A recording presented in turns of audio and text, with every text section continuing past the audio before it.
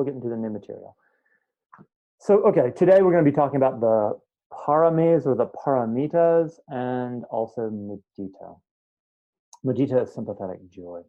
So I'm just going to read this out. I know that being read to is slightly boring, but anyway, here we go. So, okay, so on the importance of Brahma Vihara, friendliness, and bodhicitta, the desire to awaken for the benefit of others. So we want to build these qualities up. It will guide your behavior and attitudes and build up a positive pro-social feedback loop that is functional and helpful in society, which feels good and thereby is also self-sustaining. Why is this so important? It's because the wisdom practices, because with the wisdom practices, you will be deconstructing everything, seeing past concept and past reason. And that last point about reason is important. This can be terribly frightful. If you don't have a refuge or a way of being that is positive, pro-social, and facilitates pro-social engagement with others and society at large, and not based on concepts, reasons, and belief. As reason and belief will be seen through and therefore no longer provide structure and meaning in life. So Brahma Vihara, all the heart practices, bodhicitta, they don't rely on reason. They're kind of like they're like affective. And so when thought kind of just, and it's not that thought doesn't matter at some point, but thought can just be put to the side. You don't care if something's reasonable or things don't have to conform with your thinking. But through the heart practices, you've established yourself in this, like, with this affective base, this kind of emotional base that doesn't give a damn about reason because it feels good and it works and it anyway.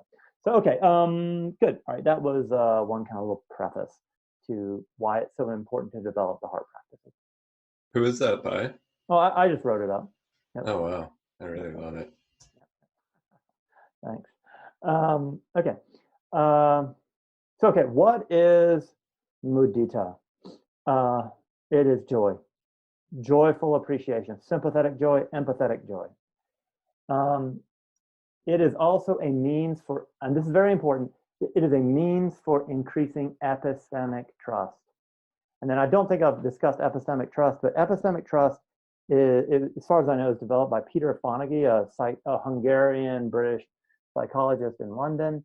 And it's this quality of like trusting the world, thinking that it's a good place, that when you get information from people or the world, that it's reliable and that people in the world want what's best for you.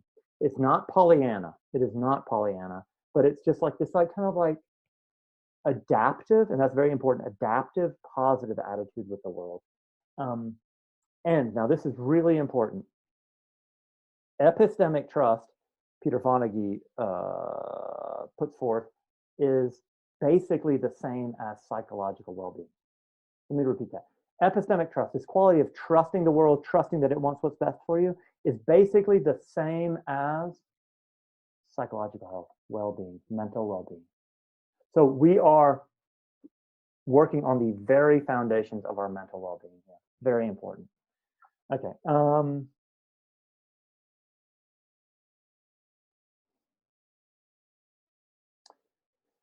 Okay, so and so particularly mudita is just generically joy, but it's where we lean heavily into this joy about the good qualities of others, joy at others. Particularly joy at the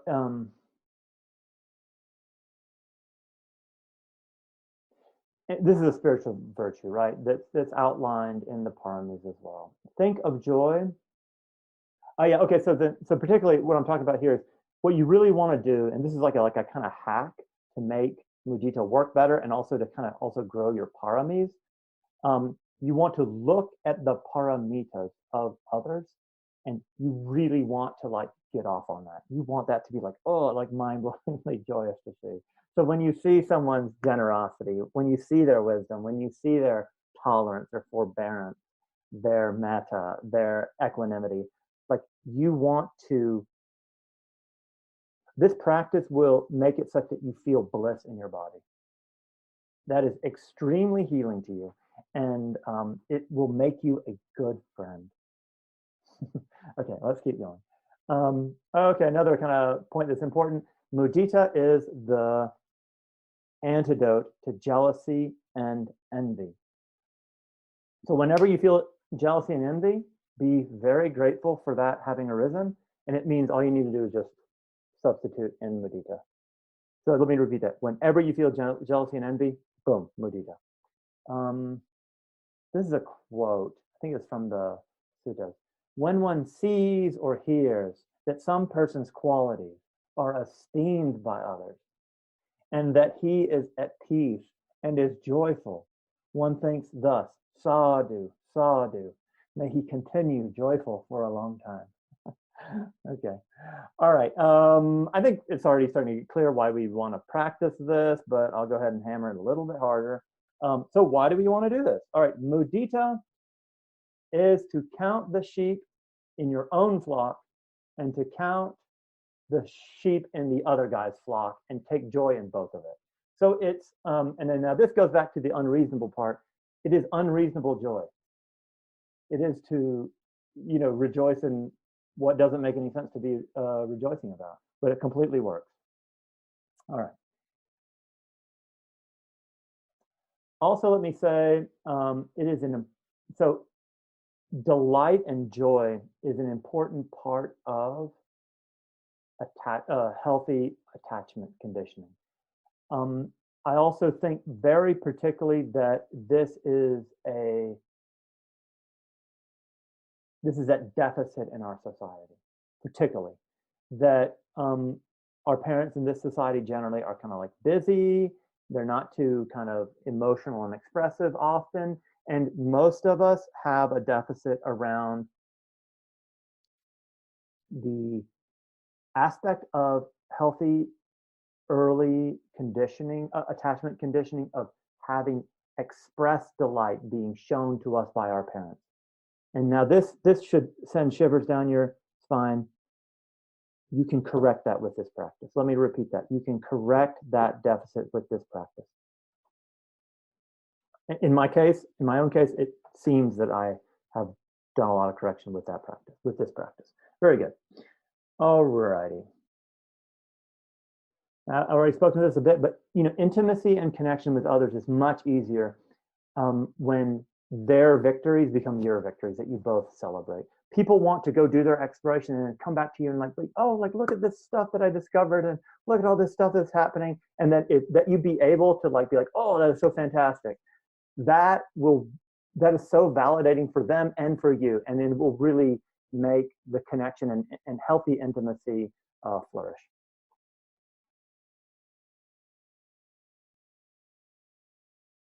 Okay, so what are things to, let me actually reiterate a quick insight point here, because the heart practices, yeah, sure, they're mostly about the kind of emotional stuff, but there's insight.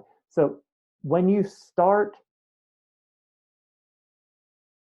celebrating other people's victories, there's this kind of like, there's actually something non-dual about that. There's a growing, you're growing past your own bounds.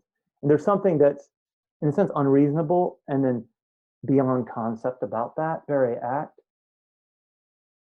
And then in some way that reinforces that, aha, like I can go past myself unreasonably. I can let go of these concepts and grow, and it feels good and it works for me. So it kind of echoes and supports the insights that you're going to largely get from the more insight practices, because it is actually non-dual as well. Okay, what should you watch out for in these practices? You might suck at it at first, right? I mean, that should surprise anybody. It's gonna largely be difficult and weird to do at the beginning. Also, supposedly this, and I may have already said this, this is the the most difficult of the Brahma Viharas, of the immeasurables. People really struggle with this, and that's not a problem. Sitting with struggle is equanimity. So if you struggle, then you know that you're doing an equanimity practice. Equanimity is of tantamount importance in the practice. So you're not wasting your time. Don't use this as a justification to flagellate yourself. Like if you suck at having joy and having joy at others, not a problem. Be loving and kind with yourself. Have patience. Every single one of you has this in you, and it can be grown. Okay, so how are we going to do this? So the way you do it is you want to have a phrase. So the phrase I say is like, oh, when I reflect on you, I'm filled with joy. Or, oh, when I reflect on such and such quality of you, oh, it fills me with joy.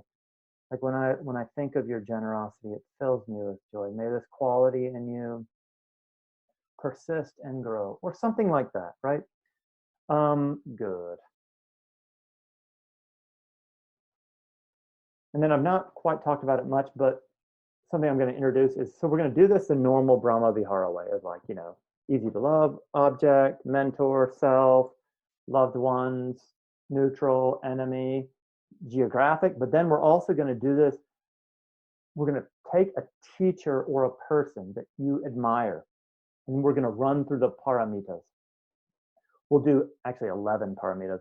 There's like one paramita in the Mahayana paramitas that's not in the Theravada, so we'll make it 11.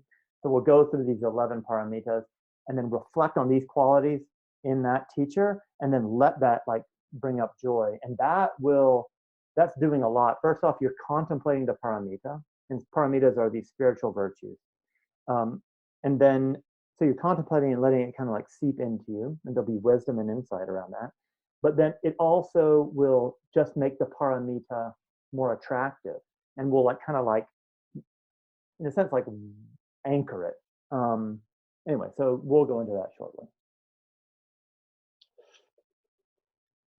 Okay, great. That's it for the lecture on Mudita. So we can open it up to questions. Then I'm going to take a bathroom break, and then I'm going to like do like a maybe 5-minute lecture on the paramis. Okay, what's happening, and how'd that go for people? Any questions?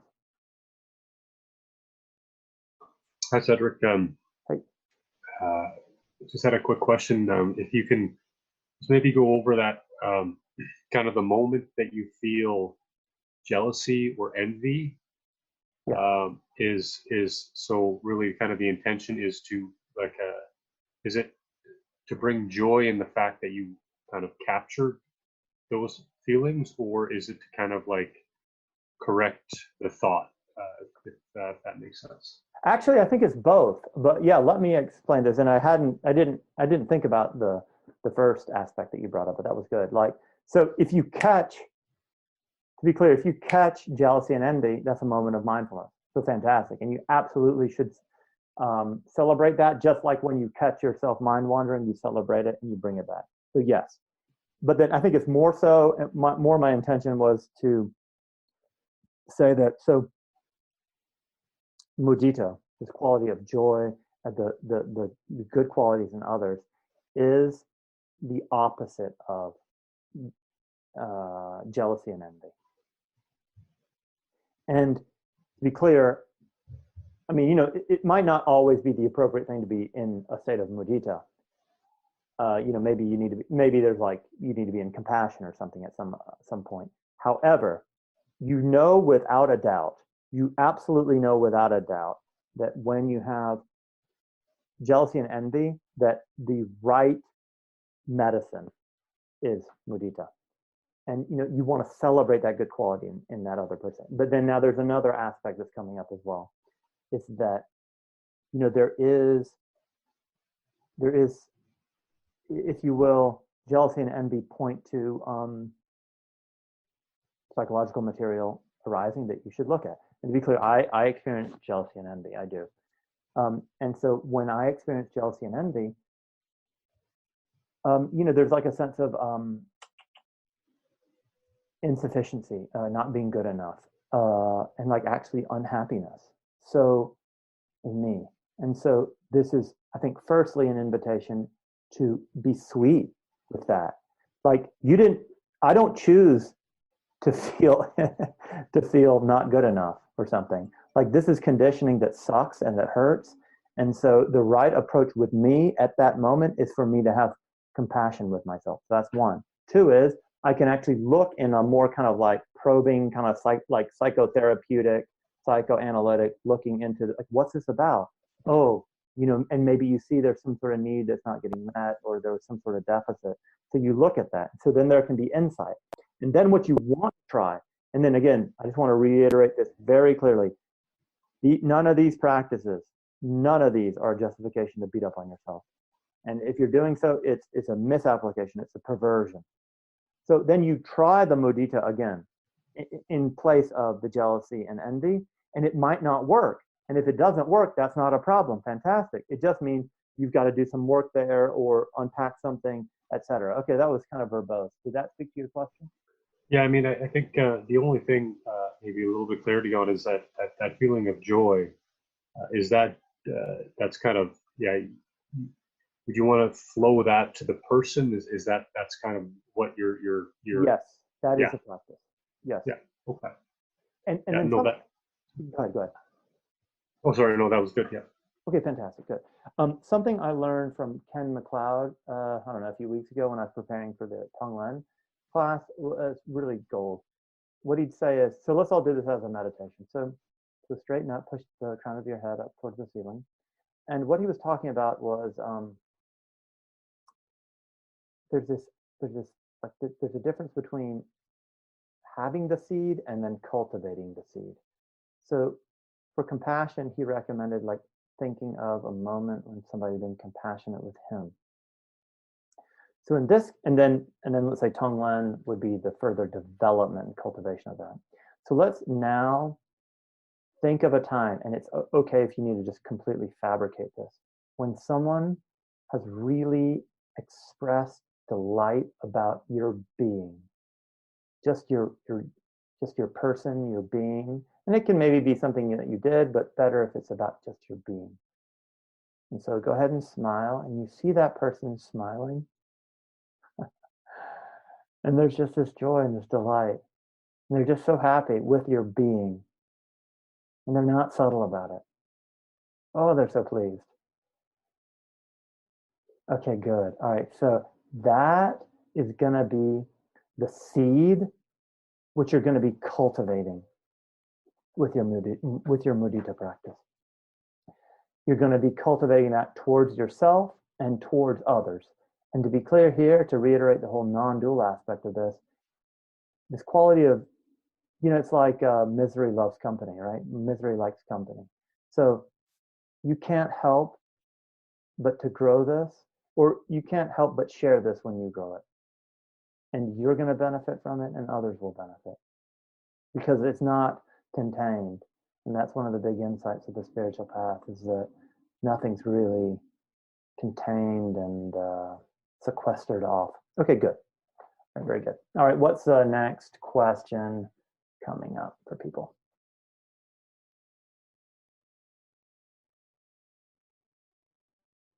Okay, let me look at the chat here.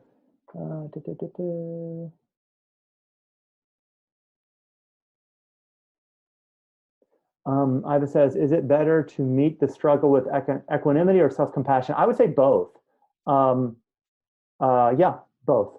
I kind of feel more like the compassion thing is actually more important, but that's just, I think, just a thing coming up for me. I think the compassion is really, really important. And also, I think that in our societies, that like a real sincere compassion is almost harder to muster than an equanimity. Okay. Yep, Colin, today I learned I'm a pervert. Yep, I know it's depressing. All righty. Okay. Equanimity is reducing the resistance of experience. Self-compassion is shifting the view of experience. It's hard to do the latter without the former. Both are wonderful. Yep. Absolutely. Yeah. Colin says it's a perversion to be hard on yourself instead of expressing self-compassion. Absolutely. Absolutely. Absolutely. Like that is one of the things that we so get screwed up in our society is that like it's okay to be all harsh on yourself. It's not okay to be harsh on yourself. It's just as screwed up to be harsh on yourself as to be harsh towards others. And to be clear, I'm not past that. I still fall into that. Okay, great. Um, how are we doing? And are there any questions coming up? And then we can kind of move on here in a moment.